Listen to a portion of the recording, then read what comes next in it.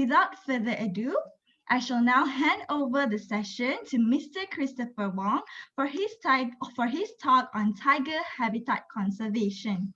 The floor is all yours.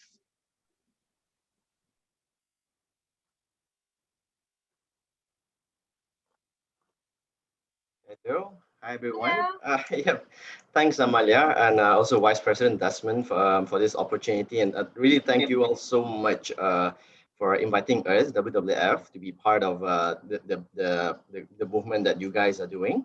And well, first of all, I would like to wish everyone happy belated World Wildlife Day, as what Desmond Vice President mentioned earlier. So World Wildlife Day is celebrated every year on the 3rd of March, which is yesterday, but we are not too late to celebrate it just yet. In fact, we can celebrate it every day, right? So this is a time where we take our time. This is the opportunity where we take our time to learn more and also to appreciate the wildlife that we have in Malaysia and the world as well. But we start here in Malaysia. And believe it or not, Malaysia is one of the world's mega diverse countries. It's ranked 12th in the world according to National Biodiversity Index. So let me share my screen just a little bit. Can I just know what you guys are seeing now? Not yet. We're not seeing anything yet. What about now?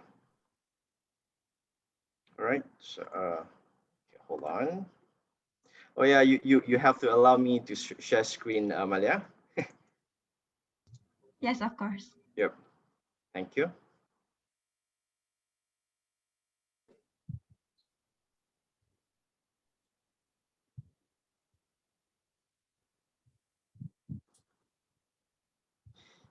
Yep. Can I know what you guys are seeing now? Yes, we're seeing your slides. All right, so it's a logo of a panda being shown here, right? So WWF Malaysia stands for Worldwide Fund for Nature.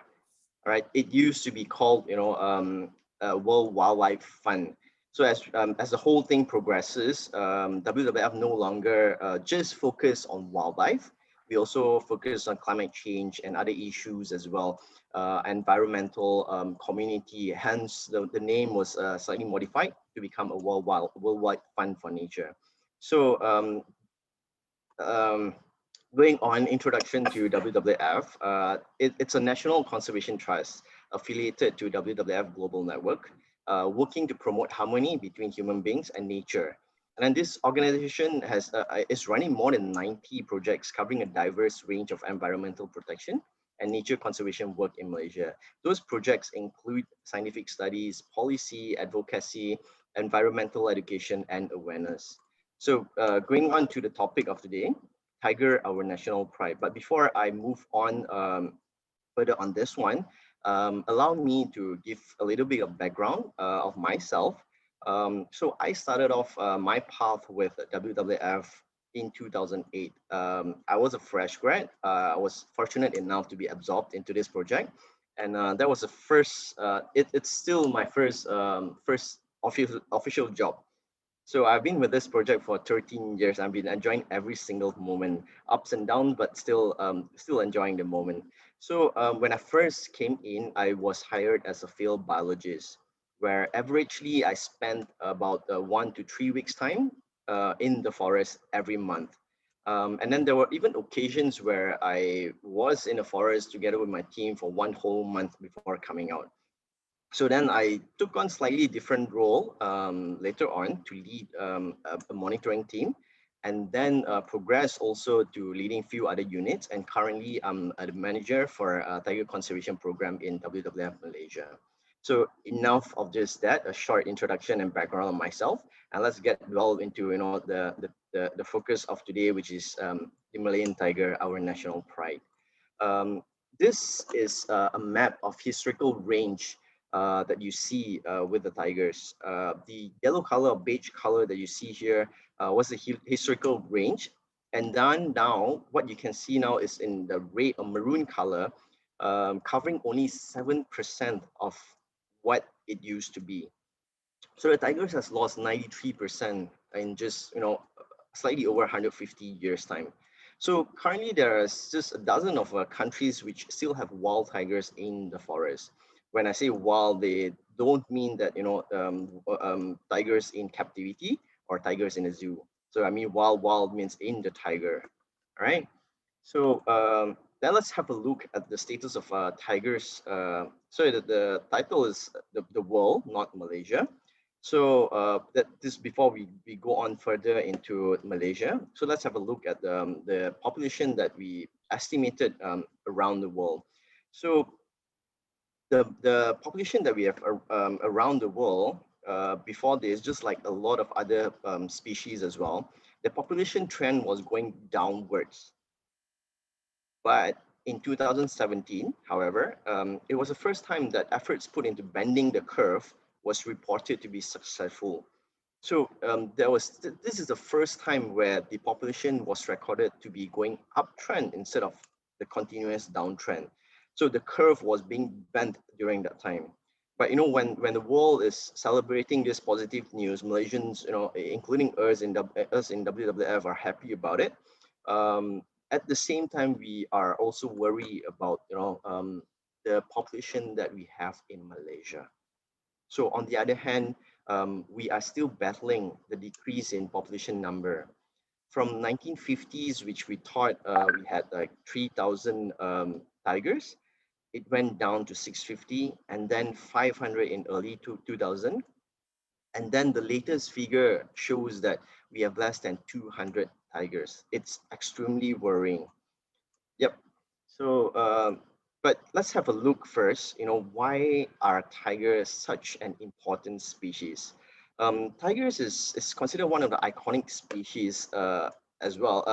Iconic species where it symbolizes bravery, and tiger plays an important role in our Malaysian culture. So you can see brave as a tiger, seperti harimau, harimau manusia mati meninggalkan nama, harimau mati meninggalkan belah.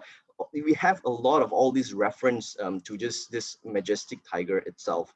So this our national emblem itself, you can see, this national emblem represents our identity, and you can see tigers being left and right of this emblem, and you can see some other logos as well in the country that has tiger in it, so like a state emblem, some products, and Royal Malaysian Police, Maybank, um, a bank, Maybank, and then there's Proton, our national car, and of course our football team is also called the Harimau Malaya. And apart from that, tiger also plays an important role in ecosystem. Tiger is an umbrella species where if this species is protected, other animals in the forest will also be protected. So putting it in a simple term, it's because tiger is territorial animal. It needs a large habitat to survive. And by saving its habitat, all animals which are included in it will also enjoy the luxury being saved as well. So this is why it is termed as an umbrella species. But it doesn't just stop there. Tiger is also an apex predator that ensures the balance in ecosystem. So when in natural state, it controls the population of ungulates in the forest. All these ungulates are in a food chain. Ungulates are eating vegetation on the ground in the forest as well. So if the population is not in control, vegetation growth in the forest will be disrupted. A lot of new seedlings and saplings will not be able to grow into big trees, and the cycle will be disrupted. And there's also potential happening, such as the human-wildlife conflict, where if these ungulates numbers are not in control, they might cause the ungulates to overflow out of the forest and maybe consuming and damaging crops planted by human. So tigers' role inside there is to control all this kind of things. When the apex predator is doing its job, the population of ungulates, prey species, is being controlled, and the rest of the things will fall in place. That's in a natural state. So, but in order for us to protect them, to conserve them, we have to first understand the animal, and to achieve that, we first have to study them. But if you're wondering how, let's move on to that one. Before that, the chat room, I believe, is functioning, right, Amalia? So yeah, if you have any question, if I'm not stopping, just put all your chats there so that I can address them later. All right. And I don't think we need to be that formal. Even if you have a question that pops up for me to explain further, just let me know. Okay. So going to the methods to survey the animal on this tiger project. So we first I would like to first talk about the sign survey. Sign survey includes signs left by animal, which the dungs from the size and shape. We the trained biologists will be able to distinguish the species that left them. But of course, some of the dungs left behind by some animals, it doesn't need much training. Even if I bring you into the forest and just show you, a dung which on the lower left, you will be, probably able to know that it's an elephant dung, because elephant is the biggest mammals in the forest, and the dungs are huge. So you don't need much training on that, but other than that, you might. Okay, all right. So and other there are also scratches. What you see that the picture, the small picture that labels scratches there is done by a species called let's zoom it in a little bit. Can you see it clearer? So it's a sun bear. It's a sign left by sun bear. So we can tell because there are the five fingers there, and the indent is very much shallow compared to a tiger, where tiger leaves a deep scar, a deep indent in the on the tree. And then I want to move particularly into this perk mark and tracks as well. So what you see here, if it's not photographed in this way, if we're all walking in the forest, to a lot of untrained eyes, these will just be some holes or smudge or some mess on the ground, But to us, these provide very useful information. So these are the tracks from different animals. For one, these animals, the meaning of this animal, this tracks is that the animal was there for it to leave something like this. So such the important information is used for us to guide us in a lot of things. And other information from tracks and all these are probably how many individuals we can estimate. Maybe there's a mother involved, there are a few individuals involved, and maybe there's a offspring involved, and the activity of the animal during that time, probably it was running, it was walking, right? So but how can we tell? So just to share with you the knowledge that we have, we do carry a guide like this to help us through the process to identify as a learning process as well. But us biologists, we still carry this particular reference where we printed it out and laminated it nicely so that we can refer to it anytime we need it. Right. So on the shape of the animal itself, let's take tapir as the example. Tapir has front limb has a four-toed, and then the hind limb is three-toed. So when you compare it with Sumatran rhino, which also have three-toed, if you don't see the four-toed there, there might be still a debate whether it's a rhino or it's a tapir. In size different, rhino obviously is much bigger than tapir, but there could be smaller rhino or larger size tapir which stays in the borderline. So by just looking at the four-toe there, we will be able to confirm that is a Malayan tapir. But however, this piece of information is not so much useful anymore, although I'm using it as an example, because Sumatran rhino sadly is functionally extinct. So we definitely don't want tigers to move that way, but I'm just using that as an example of how we use the shape to distinguish a feature from another. And then this tiger as well, right? So if you haven't already noticed, and if I don't write that as a tiger and the measurements are not there, a domestic cat and all cat species will have very similar track shape like this. Okay? And in our forest, we have wildcat species such as leopard cat, marble cat, golden cat, clouded leopard, and tiger. So size is the only one that we can tell the difference.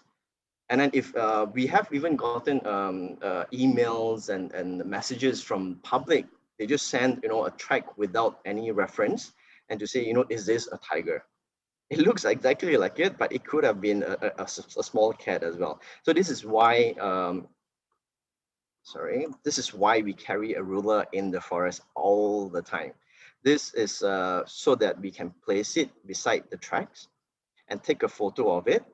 And sometimes when it's part of the data collection and secondary, it serves as a data that people can double check and can refer to as well.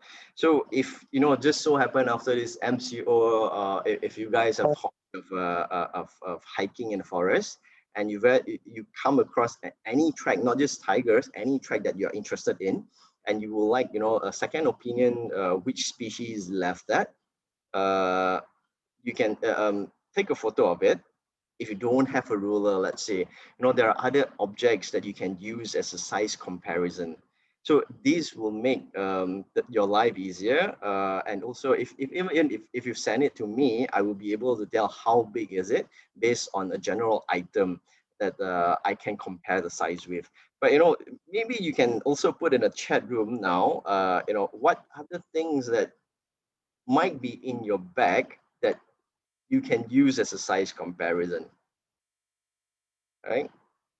So I'll let this progress. I'll go check the answer later, and we can discuss if you want to. So the next thing is the camera trap.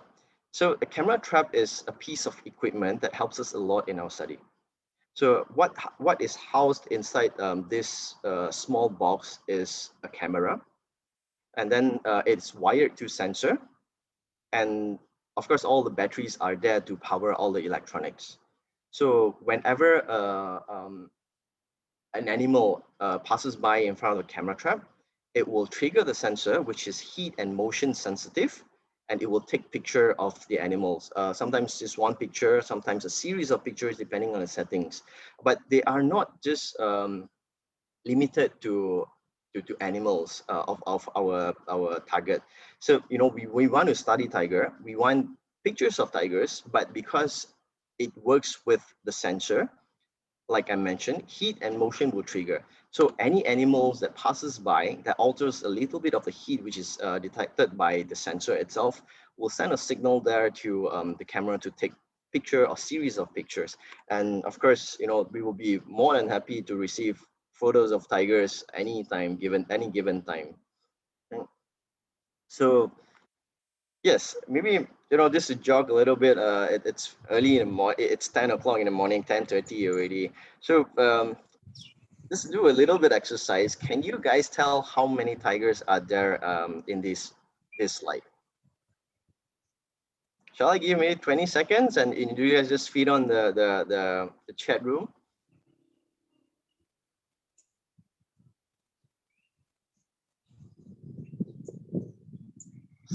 Farah says 3. Amalia says, what was it, 9? There are only 3 pictures. It can't be more than 3, right? There's 10. Well, yep. I'm not sure if you guys have figured it out, but I'm pretty confident that some of you are well aware of this fact already. So the next piece of information is this one, the stripe. To those who say 3, well, good job. I'm not sure whether there are guesses, wild guesses, or or lucky, or do you know how to look at it? But look at the stripes which I've highlighted in boxes. So this one has this kacang like three spaces here, and then this one has a dagger like shaped stripe, and then this one is more of I don't know what you call it. It's a pitcher plant. So these are among the things that we use to identify the tigers that we captured in our photo. So if you look on the left, if you don't know much about it, you will thought, it's the same tiger. The locations are the same. The times are different. So these stripes here give us very useful information in determining the population of the tigers. So we cross-check every single tigers that we have to come up with how many tigers are there captured in our tiger traps before we process it using sophisticated and also latest analysis to come up with density and population. So yep, you're right. If you got it correct, that tiger stripes are just like our fingerprint as well. Every single tiger has their unique stripes and goes to our fingerprint. Every human has our own unique fingerprint, and even the left side of a tiger is different from the right side of the tiger, also very similar to the fingerprint. But to study them is one thing. Next is the thing that that really threatens their survival, which next is the threat. So what you see in the photo below is it's a very real occurrence happening to forests in Malaysia. So from 1950s to 2000, we have lost more than 50% of our forest cover, leaving only maybe slightly more than 45% of forest left. So as mentioned earlier, tiger requires large roaming area. Hence, big patches of forest to survive is necessity. Cutting down the forest shrinks the habitat for the tigers and also other wildlife. But this is not just the end of just losing the habitat itself that threatens the survival of the tigers. Um, the opening up of land also indirectly helps with the poaching activity. When lands are opened up, roads into forests are also built. This allows poachers to move more easily into the forest, and their poached animals can be transported out of the forest easily as well with less effort with their four-wheel drives and other mode of transport. So these leads to the next threat to the Malaysian tiger, which is the main one, poaching. Okay, so poaching is definitely the main threat to the survival of the animal. When a habitat is lost, the animal can still move from one area to another. But when poaching shoots and kills one individual, that tiger is gone forever. So what you see here, there's a backstory to the tigers appearing on a slide. So this whole incident happened in around 2009 in our priority landscape as well, where there was this team of anti-poaching officers were patrolling the forest, and they suddenly hear a loud roar very close to them. So instinct kicked in, and all of them just ran opposite direction from of the roar, and some of them even climbed the tree. But the roar continued, and what puzzled them during the time was the sound coming from this animal did not move closer to them, nor it was going away from them. So the team waited for a while more to see what happened, and then before braving themselves also to move closer to investigate. It was then that they found out that this tiger seems trapped from a safe distance. They went closer until they can see a tiger a little bit, and they say this tiger looked trapped. It couldn't move much, and then they went on different direction to find out that yes, they confirmed it. One of the limb was caught in a snare. So Department of Wildlife and National Park was called, and quite quickly they came, sedated the animal, and brought this individual tiger to the department facilities for treatment. But sad thing is, this animal died 2 weeks later because of the infection. If you can see closely here on the limb, uh, it's the cruelty of this mechanism of snares. So a lot of snares that we find in the forest are built with wire snares so that the animals will not be able to just bite off the rope and escape. So it's very difficult for the animal, even for a tiger, to snap on this wire rope. So the mechanism of this snare it works in a way that if it get caught, the more you struggle, the tighter it gets. So before anything could happen to the tiger in next progression of the tiger, whether it died, the poacher comes, or it's being saved by conservationists, the pain will definitely be there. So this is how cruel the snare is. And then snare is not happening just in Malaysia alone. So a report by WWF Malaysia into 2020, compiling data from countries in Southeast Asia, it highlights more than 370,000 snares were found and removed from a Southeast Asian country from 2009 to 2019. But bear in mind, these are the snares that were found and destroyed and recorded. What about those snares that have caught animals, those snares that were not found? So these number could have been just a part of the whole picture.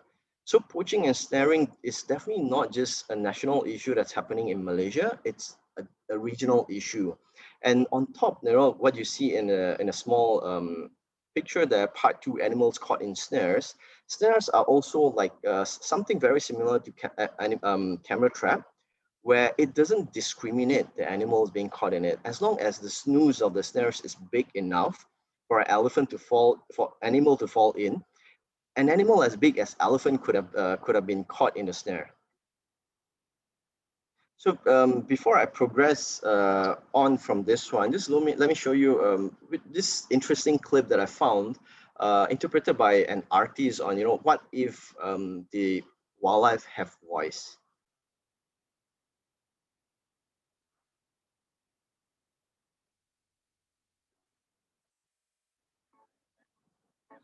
Sorry, before I move on, can you hear the audio from this from this video? There's no audio, Mr. Christopher. Okay, then I might need to do this a different way.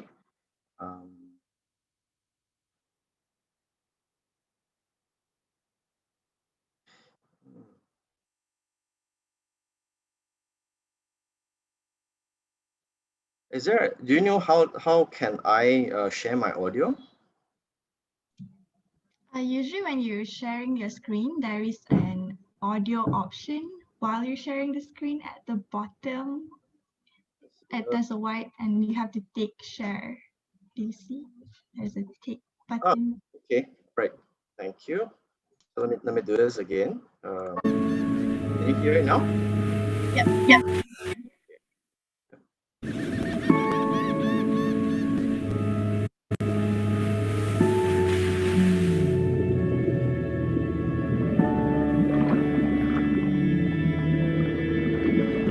I dreamed a dream in times gone by, when hope was high and life worth living. I dreamed that love would never die. I dreamed that God would be forgiving. Then I was young and unafraid, and dreams were made and used and wasted. But the tigers come at night, with their voices soft as thunder, as they tear your hope apart, as they turn your dream to shade.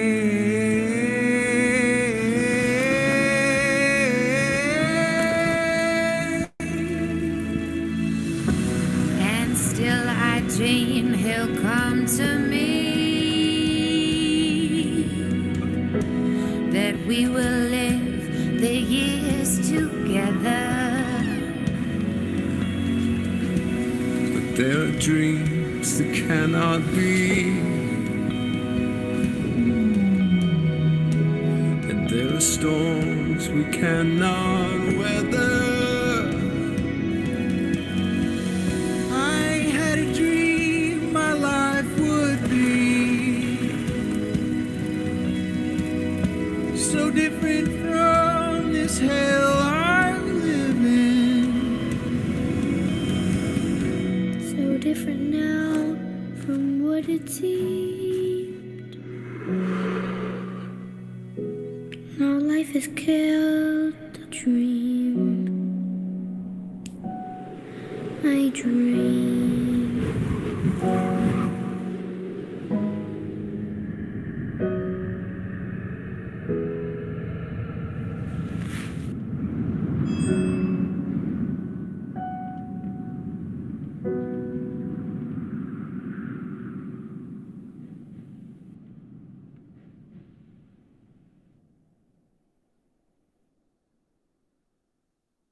Right.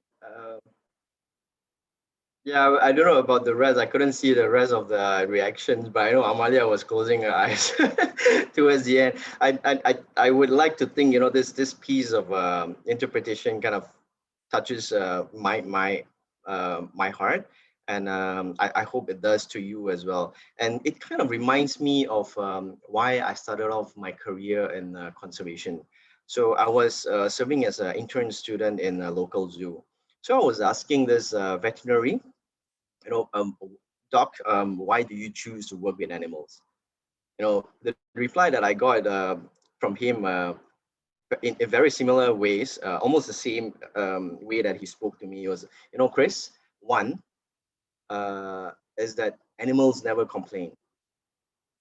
And secondly, even if they do, I wouldn't understand.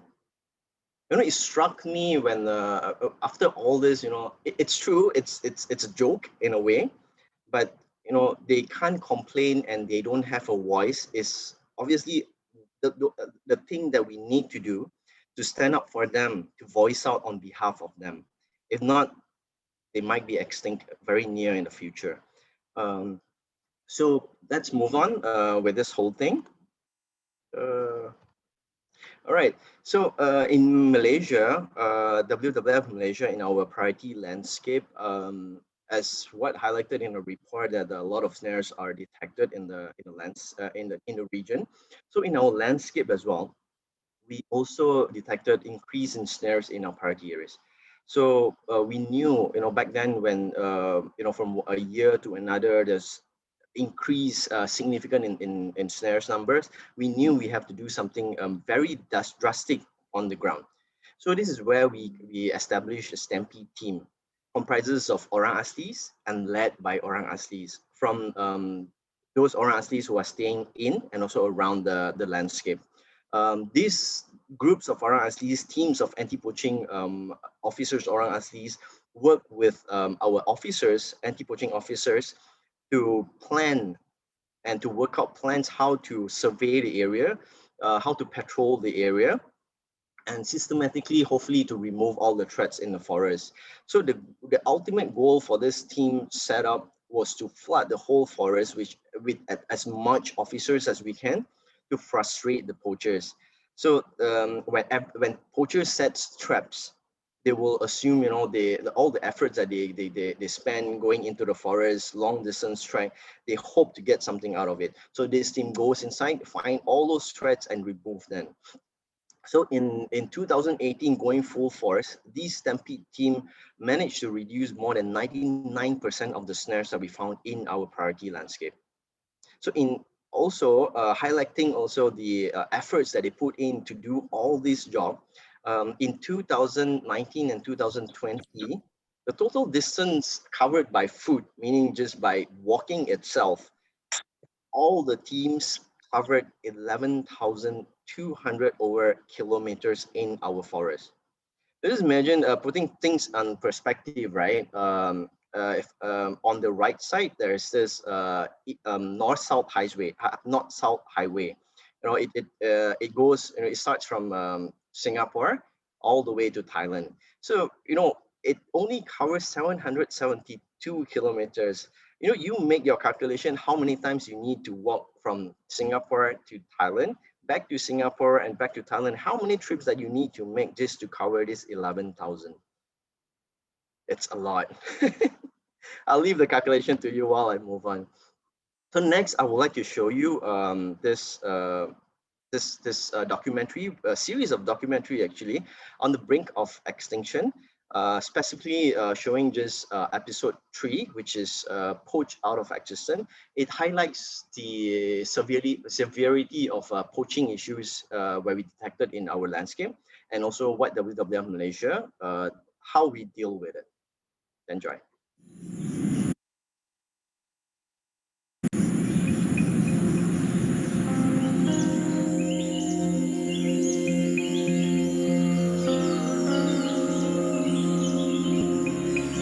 My name is Sharif Muhammad, and I've been working with WWF Malaysia since 2006. I started off as a field biologist, but I currently lead the anti-poaching unit in WWF Malaysia.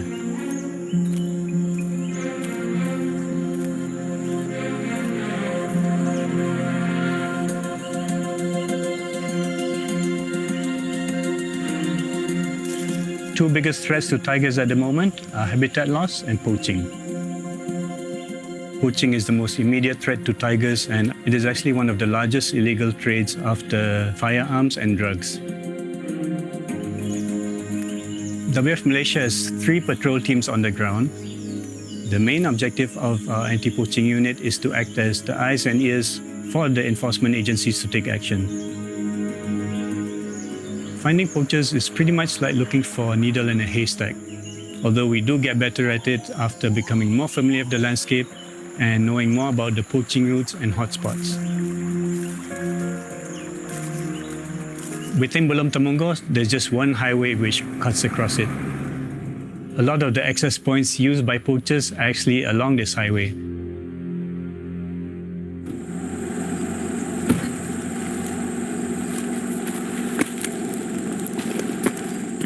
We've discovered about 100 access points used by these poachers. It's a combination of trails which they have established over the years, as well as old logging roads.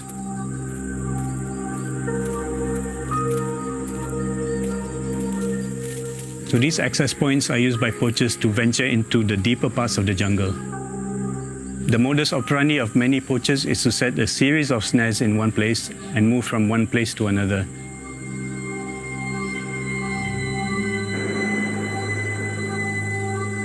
So a snare is basically a long piece of cable or rope with the trigger mechanism. So one end of this is tied onto a tree, and the other one is made into a loop and set along an animal path.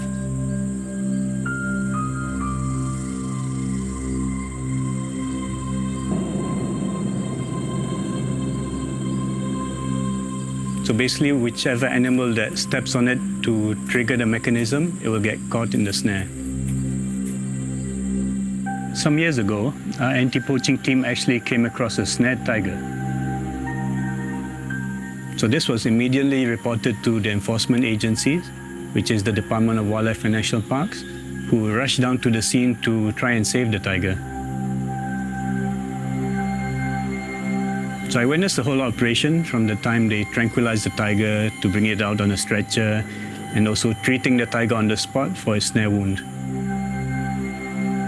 It was probably snared only for a day or two. However, by that time, the struggle caused the wound to be quite deep already. The more the animal struggles, the tighter the noose will become. So you can imagine the pain the tiger was in, yeah? Unfortunately, the tiger died a couple of weeks later in captivity.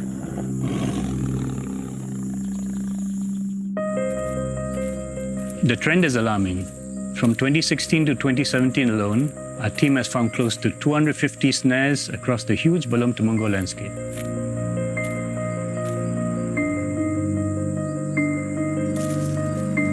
Because snares are easy and cheap to set up, these snares are actually widely used by foreign poachers, especially from countries such as Vietnam, Cambodia, and Thailand. When our team comes across a snare, they will deactivate it and remove it.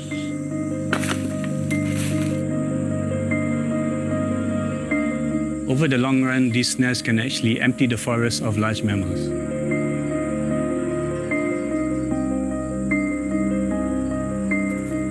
The anti-poaching unit is also on the lookout for other signs of poachers.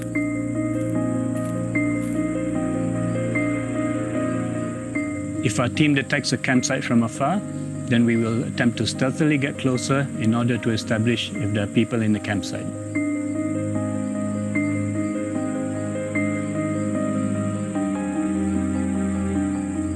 If we confirm that no one is at the campsite, we will slowly approach and inspect the site.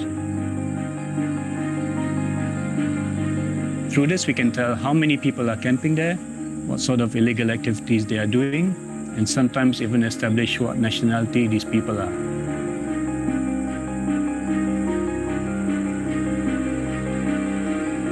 If the campsite is still active, we will mark the position on our GPS and immediately call the enforcement agencies so that they can come and take action.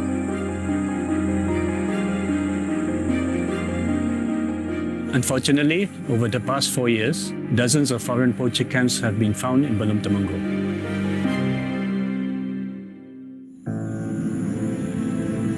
Royal Belum State Park comes under the jurisdiction of Perak State Parks Corporation, and Temenggong Forest Reserve is under the Perak State Forestry Department. The main issue here is staffing.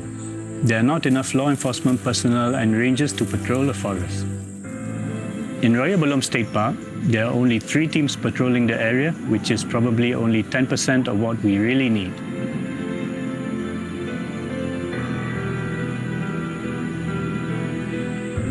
The tiger is the most majestic animal in the jungle, and in a way it's like the guardian of the forest.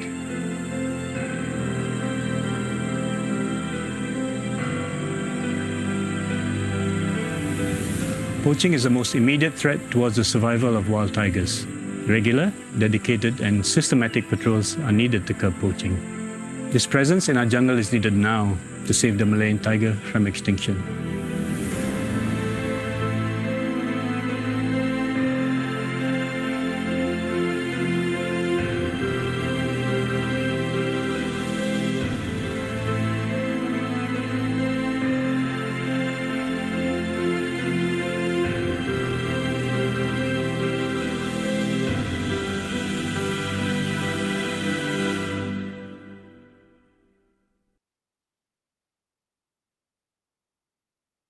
Right. Yeah. So, as much effort that you see WWF is putting on the ground as well, the governments are actually playing a very important part in battling this crisis as well.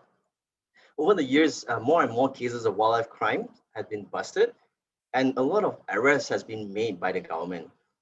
And because of this, in recognition of the important role and the contribution that they provided, they recently obtained an award from International on the Operation Bersatu Khazanah, where it's led by Royal Police Force and also Perhelatan, which is our Department of Wildlife and National Parks.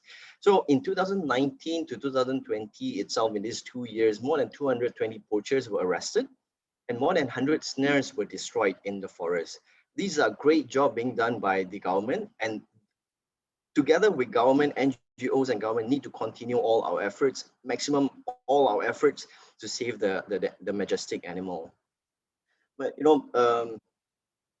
if you haven't already wondered, to some, staying one day in the forest, living 1 week in the forest without coming out, or even 1 month, like how I did in a couple of occasions, it's really unimaginable. So there's a lot of difficulty and challenges that we face in the forest, like crossing a river where the depth is sometimes unknown, dangerous, and then we have our 4-wheel drive stuck in the mud that we need to get out to get to our locations. And there are times we definitely just collapse, sitting down on the ground, collecting our thoughts before we move on to the next hill or climbing the next mountain to complete our job. And if you think our challenges ends in the forest itself, and it doesn't happen anymore when you come out, that's where you are also not that correct, because the picture on the lower right is that's the way we deal with the data that we collected in the forest. We have hundreds and thousands of forms, data forms that we collected, and we need to transfer them, compile them into something useful and analyze them so that it will help in decision making in our next step of what we want to do to save the tiger. But at the same time, it's also very, interesting, and it's a privilege. We get to camp out in the total wilderness. We get to cruise on a route made by orang aslis down a scenic river, and then we get to see big, super huge trees that probably need 10 to 20 people holding, holding hand by hand, maybe 10, 20 people just to surround it. And there's a lot of wild animals that comes as bonuses when you see them crossing the path where you are walking as well. Unlike in a zoo where exhibitions are pretty much fixed, these are, some of the things, small things that we appreciate and we cherish while doing our field work. And at the same time, of course, we document as much as we can with the animals that we see, in hope to also enrich our knowledge on what's the animals and ecosystem in the forest.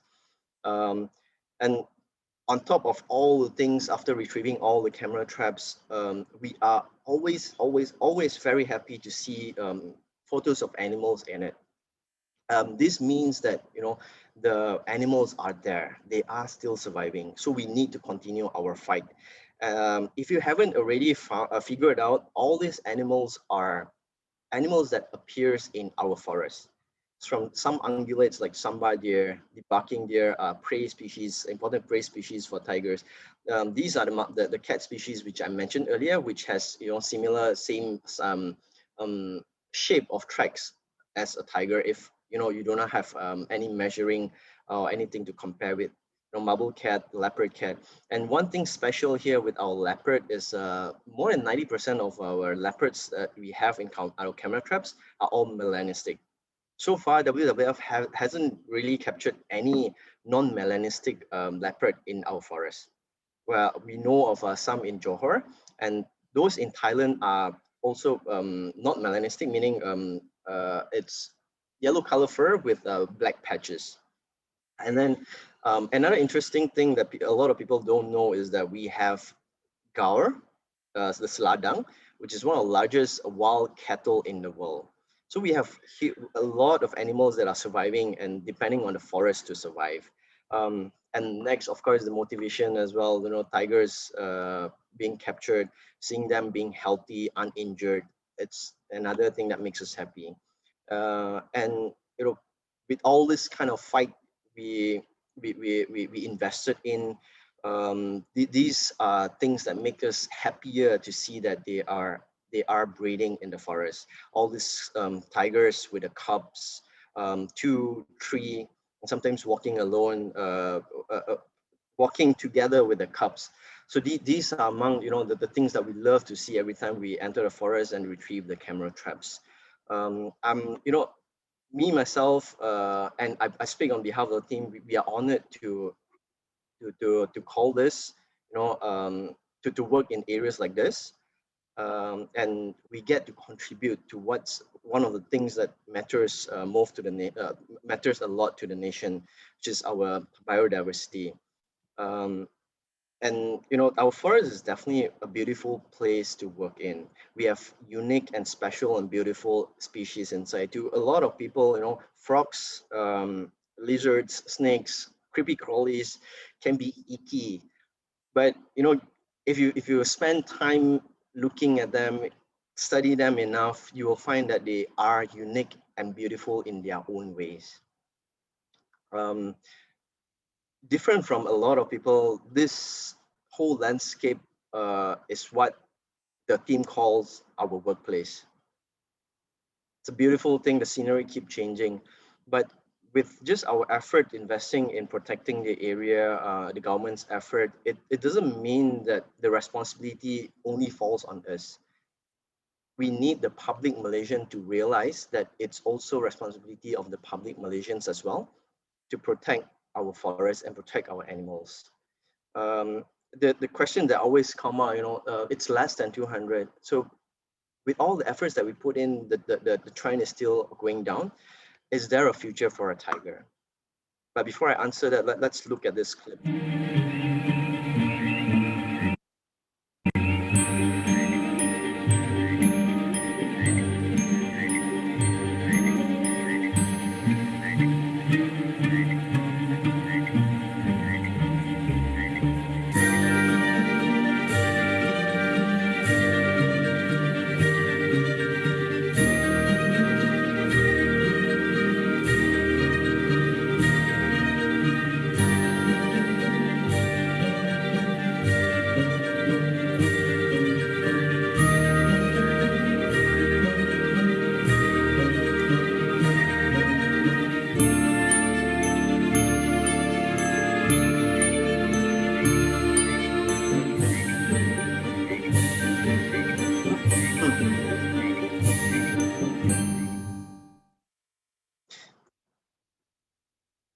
So yep, my answer is definitely yes, but we have to act now before it's too late. And for you folks in urban areas which you are not anywhere near forests, correct me if I'm wrong, you're in cities, this a lot of people might feel, I'm not anywhere near the animal or the habitat. Is there a way I can contribute? Of course there is. Okay, so the first thing that I would say you guys can do is, to learn more about the tigers, and secondly, to tell your parents, your family members, and to spread the knowledge that you have to your friends as well, letting them know what's the situation of wildlife that the tigers is in Malaysia, and what are the threats they are facing and how they can help. And then, of course, do not support wildlife meat. Do not purchase wildlife parts products. And if you know of any wildlife-related crime, call the number that you see on the screen, which is 1-800-885151 or 019-356-4194. I would pause here for a little while so that you can take down the number and urge that you contribute whenever you can if you see any wildlife crime.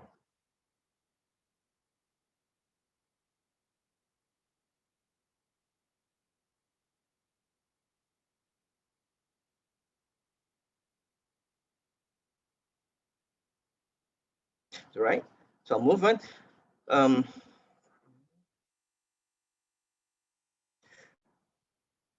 Yep. So your support is definitely very, very important to us. Let it be monetary, moral support, and the direct contribution that you report wildlife crime, or even after you graduated, or friends who are interested in furthering a career in conservation, encourage them to do so. We still need a lot of expertise to curb the issues that we have with that threatens the wildlife in our countries.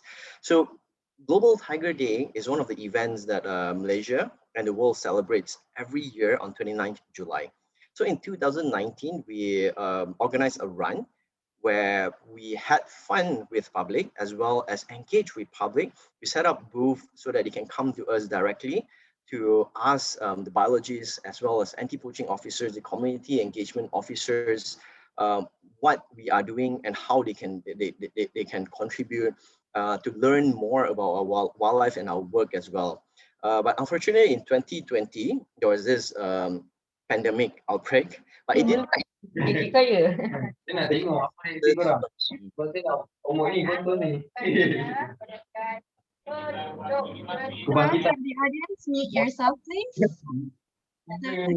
Can you mute yourself, please? Thank you. Alhamdulillah. Sorry, I would have continued if the sound is not that loud. Yeah, so it did not stop us from organizing and celebrate Global Tiger Day as well last year, where we had artists virtually performing concerts to raise funds for our tigers.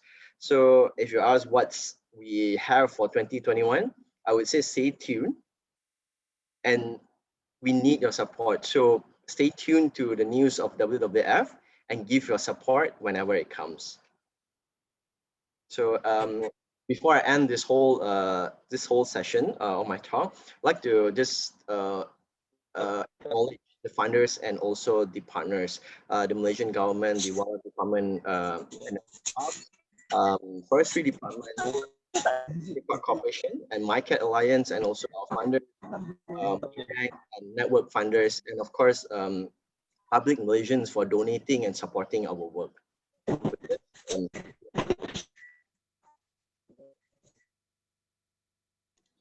All right, thank you, Mr. Christopher, for the insightful talk. I am sure that everyone here has learned fun facts about our Malayan tigers, but also important facts that our Malayan tigers are in dire need of our help. Today's event is the first step in our mission to conserve Malaysia's national pride. All right, now I open the floor for the audience to ask questions. So there are also questions in the chat that I will read. Okay, this is a question from Arif. Mr. Christopher, I have a question. Does the reduction of the tiger's natural habitat due to the deforestation also played a role to the decrease of the tiger's population? Yes. So as I mentioned in my presentation earlier, they definitely need a large habitat to survive, and having smaller habitat and segmented, isolated habitat, it doesn't mean that the tiger will die off straight away, but there's this thing called the genetic pool, where if the genetic pool is not diverse enough, any small threat in terms of diseases might just wipe out the whole tiger population in that small patch of forest. And it might cause more disease in the future as well. And disease is something that it's more difficult to detect than poaching, right? So poaching is more physical, you see on the ground. To even, in the video by Mr. Sharif earlier, he stated, looking for all those snares is needle in a haystack. Disease is much more difficult. So just imagine all these kind of things. All right, so the second question is that by Hyman Franklin, since tigers are territorial in nature, does the population of tigers display random population? Well, I'm not sure what do you mean by random population distribution. It sounds like a big word here, but nature have ways that they just know how to work around. Given a healthy patch of forest, a healthy ecosystem, um, what tiger does is that yes, number one, it's territorial. They goes around to patrol their territory in a frequent basis. And there's one thing that they do also, which if you have a cat or understand cats a little bit, they do spray a kind of pheromone, and also they mark the territory, which is what we call it, so that to let the other tigers knows that, look, this is my place. Do not come any nearer, or you'll be in trouble with me. So they have this communication a method that they establish themselves to mark their territories and to share the whole habitat. All right, thank you. The next question is by Isa. How often the teams you mentioned do patrolling around the forest? The team is going in every month and spend at least 2 weeks in the forest now. So there's no very fixed schedule of, if we just go in on the first and second week, or this is the third week itself. We make it a random little bit so that it doesn't leave gaps for poachers to find a gap where they can do their illegal activities in the forest. The second question by Isa as well. As stated in the video, the snares that was used by poachers to catch tigers are easily to get. Hence, why not make these snares as prohibited items? They are. You can be fined to up to many thousands of ringgit if you're found owning a snares. But I would say that the complication here is what they use to set the snares are items. The wire is easily obtained material that is used for other purposes. So this is what makes the whole snaring thing a bit more complicated. But if the investigation officer has enough evidence to show that you are not using it for the intended purpose that you mentioned, and has strong evidence that they are probably leads towards being a snare, then you can be arrested. Okay, now we move on to another question by Fatin. The rescued tigers, are they tagged once they are tracked by the team? So a lot of technologies has been invested into used in monitoring wildlife. So camera trapping is just one of them. And then to tag them, there's the thing that we call a GPS collar. or satellite collar, which are quite widely used as well. But unfortunately, for now, we have not used them because for one, we don't have the capacity to, and secondly, with the amount of fund, we need to prioritize what we need to do on the ground. So one, anti-poaching officers needs to be on the ground. More boots needs to be on the ground to frustrate the poachers more, so that they will think that they are wasting effort just to set up all those snares, and also to threaten them in terms of the penalty that they might be able to get if once they get arrested. So and secondly, also to monitor the population of tigers. So by monitoring the tigers population trend, we will be able to know the anti-poaching efforts that we invested in is making any change. If not, we have to also change our strategy and adapt to whatever that's coming. So yes, tagging will enable us to get more information, but at this point, the priority is to safeguard the forest and the species first. Okay, the next question is by Rubania. Can the general public volunteer in any way to the cause in conserving the Malayan tiger? Oh yeah, yes. I mean, like what I've shared earlier, you just those are the simple steps that I mentioned where everyone can do it. But if you would like to proceed further onto that, check out our webpage, see if there's any vacancy, there's any volunteers required, so you can register with us to contribute more directly, and maybe if there's such events or opportunity, you may be able to go into the forest with us as well. But I would say the chances are it's not really that great, because we are doing very specialized things, and we usually stays very long in the forest. Yep. Okay, next question is by Sarvita. What are the main reason for poachers to aim wildlife animals? Beliefs and wildlife trade. Every single part of tigers are believed to contribute to something, where let it be whiskers, the meat, the bones, the penis, even the skin itself. All these are a valuable item to just fueling into to the wildlife trade because of beliefs. So in all sense, these kind of beliefs are very, very dangerous.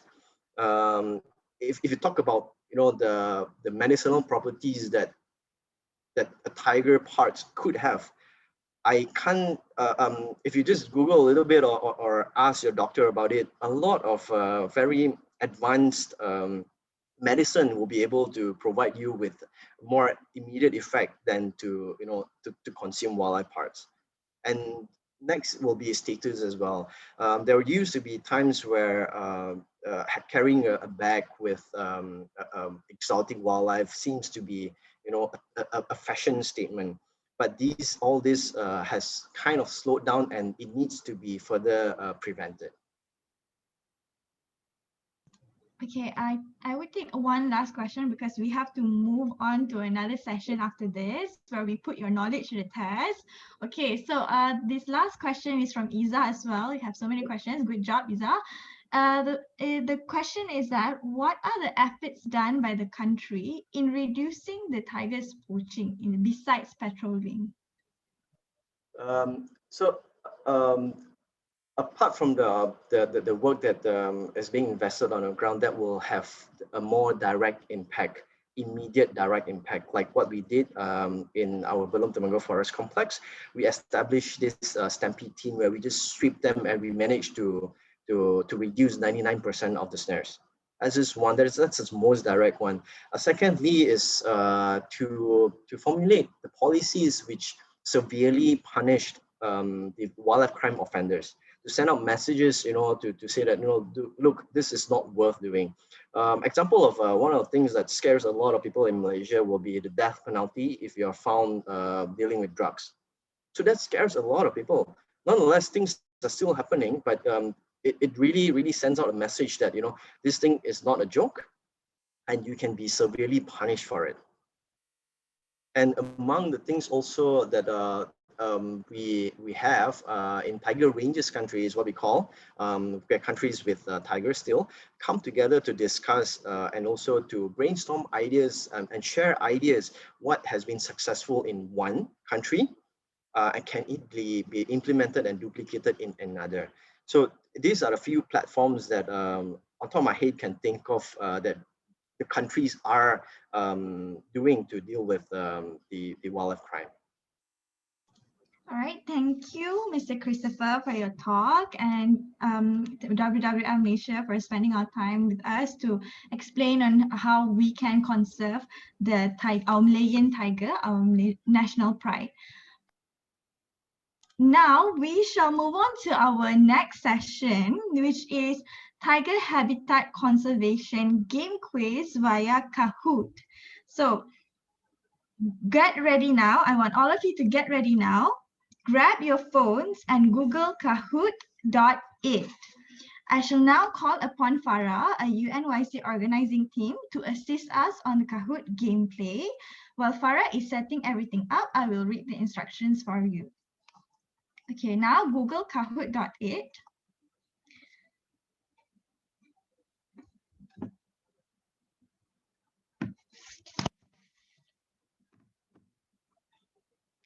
Ms. Farah, are you sharing the screen? Okay.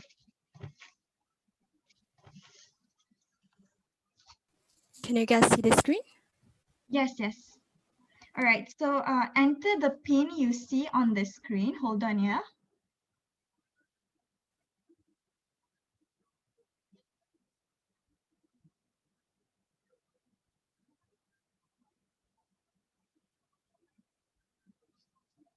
Okay, now you'll see the pin on the screen. Enter the pin you see on the screen so you can join the game and participate to win prizes. Enter an appropriate nickname, preferably it's your real name. Inappropriate nickname will be disqualified, okay? So for UCAM students, you may choose to enter with your metric number. Number 4, wait for the instructions on the screen and get ready to answer on your phones. For future winners, make sure that you screenshot your winning on your phone, okay? And good luck. May the force be with you and may the odds be ever in your favor.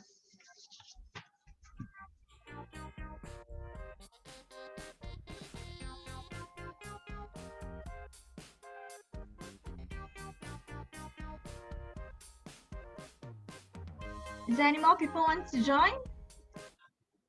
You win prizes, guys.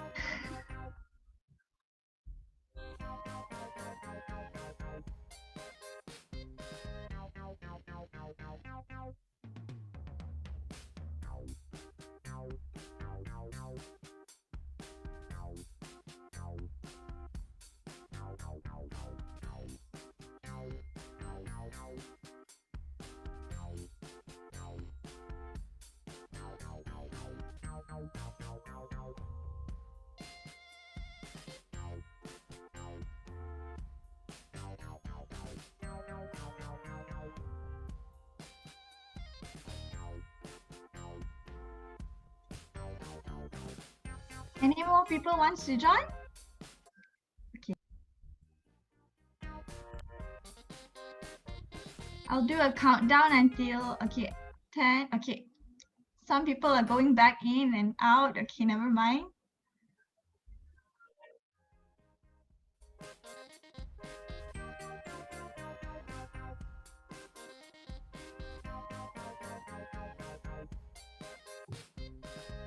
Okay, I will do a countdown from, okay, I will do a countdown 10, 9, 8, 7, 6, 5, 4, 3, 2, 1. Okay, we shall start now.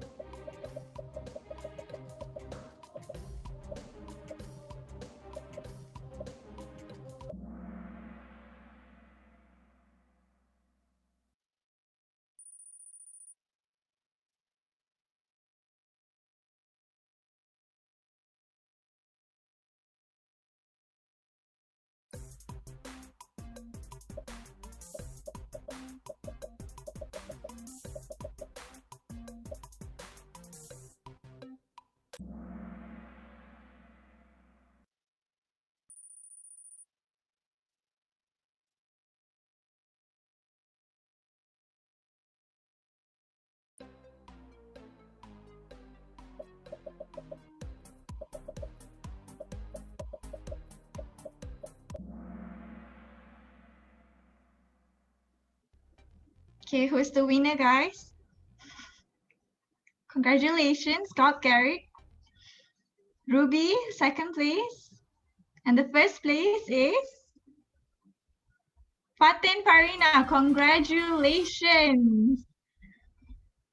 Okay, the 3 winners will receive both participation and achievement certificates, as well as a voucher from Benang, where you can get handcrafted, eco-friendly hair scrunchies. Okay, Farah, you may stop sharing your screen now. Okay, thank you. Let me just share my screen on Benang. Okay, hold on. Okay, so this is Benang. This is Miss Farzana Amin, the founder of Benang. So she handcrafted herself these beautiful scrunchies, and it's eco-friendly as well. I know even though Valentine's Day is over, worry not, you still have Mother's Day and birthdays to give your loved ones, or you could also treat them yourself. Yay, self-love.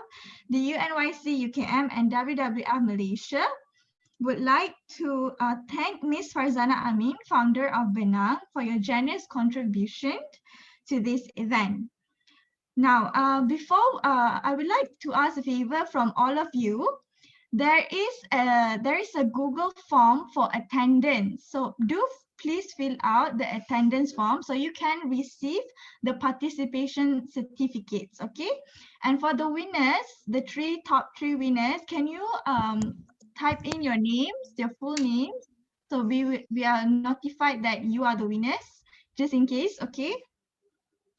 Now, every story must come to an end, and so does our session for today. Once again, on behalf of UNYC UKM, we would like to thank WWF Malaysia, Mr. Christopher Wong, Miss Carol Debra, Miss Farzana Amin, as well as the participants. Thank you for joining us today. Tiger, Tiger, Burning Bright in the Forest of the Night. The Tiger, a poem by William Blake, portrays the tiger as a symbol for the fierce forces and fearsome beauty. The tiger also stands for a divine spirit that will not be subdued by restrictions, but will arise against all odds. These are the qualities that we have collectively shown today in our mission to conserve the Malayan tiger, Malaysia's national pride. Don't forget to follow WWF Malaysia's Instagram and Facebook, UNYC UKM Instagram for a more exciting upcoming event, and our contributor Benang. Till next time. Before that, please, do you want to take a pictures? I think everyone should take a pictures. Can you open your video so we all can take pictures? Come everyone, we just want to take pictures. And we're going to put it in our Instagram page. Okay, come, I'm seeing faces. Okay, let's take pictures, guys. Okay. Okay, more faces.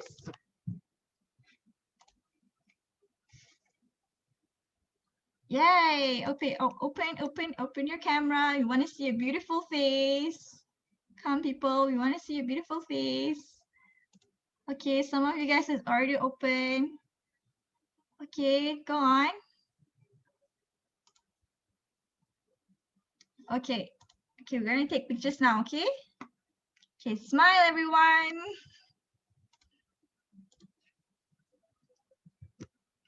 Okay, hold on, yeah.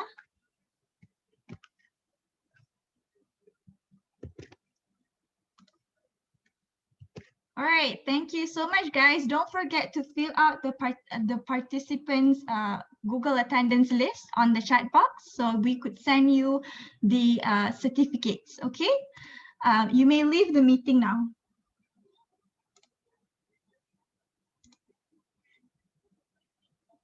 Okay, thank you so much, Mr. Christopher Wong and Miss Carol Debra for your for spending your time to be here and assisting us. And it's a great honor to work together with you. And UNYC UKM would like to extend our gratitude to both of you and also WWF Malaysia. Thank you so much for your time. Thanks for having us, Amalia.